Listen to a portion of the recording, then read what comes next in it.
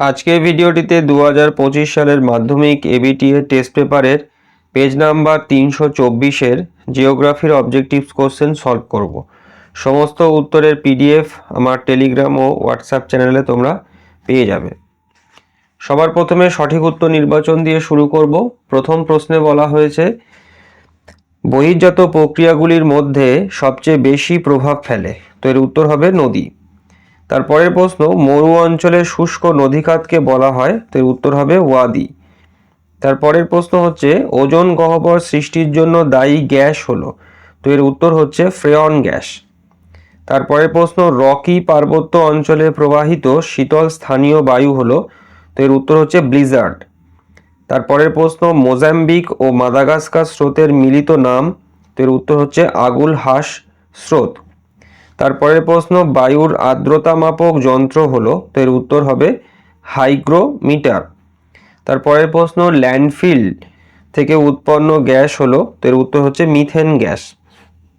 তারপরের প্রশ্ন হচ্ছে ভারতের উচ্চতম মালভূমি হলো, তো এর উত্তর হচ্ছে লাদাখ।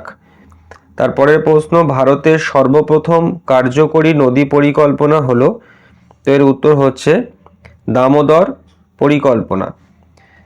তারপরের প্রশ্ন ভারতের কেন্দ্রীয় বনভূমি গবেষণাগারটি রয়েছে, তো এর উত্তর হচ্ছে দেরাদুনে। তারপরের প্রশ্ন বল উইভিল পোকার আক্রমণ ঘটে, তো এর উত্তর হবে কার্পাস গাছেতে। তারপরের প্রশ্ন ভারতে একমাত্র বন্দর ভিত্তিক লৌহ ইস্পাত শিল্পকেন্দ্র হলো, তো এর উত্তর হচ্ছে বিশাখাপত্তনম। তারপরের প্রশ্ন আরব সাগরের রানী হলো, তো এর উত্তর হচ্ছে কোচি। তারপরের প্রশ্ন ভারতের উপগ্রহ গবেষণা কেন্দ্রটি হলো, তো এর উত্তর হবে ইসরো। এরপরেতে আমরা শুদ্ধ অশুদ্ধ নির্বাচন করব। তো শুদ্ধ অশুদ্ধতে প্রথম প্রশ্নে বলা হয়েছে দেখো যে পার্বত্য হিমবাহ থেকে হিমশৈলের উৎপত্তি হয়, তো এটা অশুদ্ধ হবে। তারপরের প্রশ্ন হচ্ছে শিলাময় মরুভূমিকে আলজেরিয়ায় হামাদা বলে, তো এটাও অশুদ্ধ হবে। তারপরে ভ্যান অ্যালেন বিকিরণ ম্যাগনেটোস্ফিয়ারে দেখা যায়, তো এটা শুদ্ধ। তারপরের প্রশ্ন পার্বত্য অঞ্চলের মাটি হলো পটজল, তো এটা শুদ্ধ। এরপরের প্রশ্ন হচ্ছে লোকটাক হ্রদ নাগাল্যান্ড রাজ্যে অবস্থিত, তো এটা অশুদ্ধ হবে।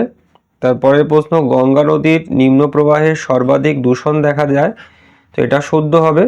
তারপরের প্রশ্ন টোপোগ্রাফিক্যাল মানচিত্রে জনবসতি বাদামি রঙে দেখানো হয়, তো এটা অশুদ্ধ হবে। এর পরের পার্ট যেটি রয়েছে সেটি হচ্ছে শূন্যস্থান পূরণ। প্রথম প্রশ্নে বলছে হিমবাহের পৃষ্ঠদেশে সৃষ্ট গভীর ফাটলকে ক্রেভাস বলে। তারপরেতে পর্বতের ঢাল বরাবর প্রবাহিত নিম্নগামী শীতল বায়ুকে বলে ক্যাটাবেটিক বায়ু।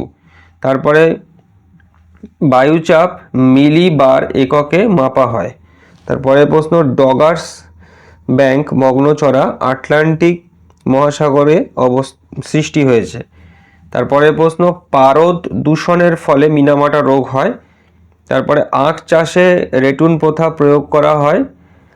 আর তারপরের প্রশ্ন হচ্ছে ভারতের শহর হতে গেলে ন্যূনতম জনসংখ্যা হতে হবে 5,000 জন। আচ্ছা, এরপরের যে পার্টটি রয়েছে সেটা হচ্ছে একটি বা দুটি শব্দে উত্তর দাও। প্রথম প্রশ্নে বলা হয়েছে ধোঁয়াধার জলপ্রপাত কোন নদীতে অবস্থিত, তো এর উত্তর হবে নর্মদা নদীতে। তারপরে মৌক্তিক মেঘ বায়ুমণ্ডলের কোন স্তরে দেখা যায়, তো এর উত্তর হবে স্ট্র্যাটোস্ফিয়ার। তারপরে হিমপ্রাচীর কোন মহাসাগরে দেখা যায়, এর উত্তর হচ্ছে আটলান্টিক মহাসাগর। তারপরে ভারতের বৃহত্তম অঙ্গরাজ্যের নাম কি, তো এর উত্তর হবে রাজস্থান। তারপরের প্রশ্ন পশ্চিমী ঝঞ্ঝার উৎপত্তি স্থল কোথায়, তো এর উত্তর হবে ভূমধ্যসাগর। তারপরে ভারতের একক বৃহত্তম শিল্প কোনটি, তো এর উত্তর হচ্ছে কার্পাস বয়ন শিল্প।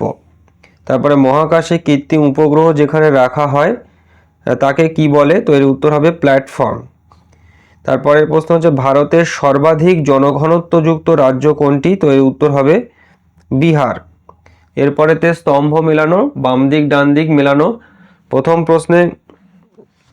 প্রথম প্রশ্নে বলা হয়েছে দেখো যে উড়িষ্যার সঙ্গে মিলবে হচ্ছে চিল্কা। তারপর নীলগিরির সঙ্গে মিলবে ডোডা বেট্টা। তারপরে কেরলের সঙ্গে মিলবে হচ্ছে ভেম্বানাদ এবং বরাকরের সঙ্গে মিলবে তিলাইয়া। তো আজকের ভিডিওটি আমি এখানেতেই শেষ করলাম। সমস্ত উত্তরের পিডিএফ আমার টেলিগ্রাম ও হোয়াটসঅ্যাপ চ্যানেলে তোমরা পেয়ে যাবে। সবাই ভালো থেকো। Thank you.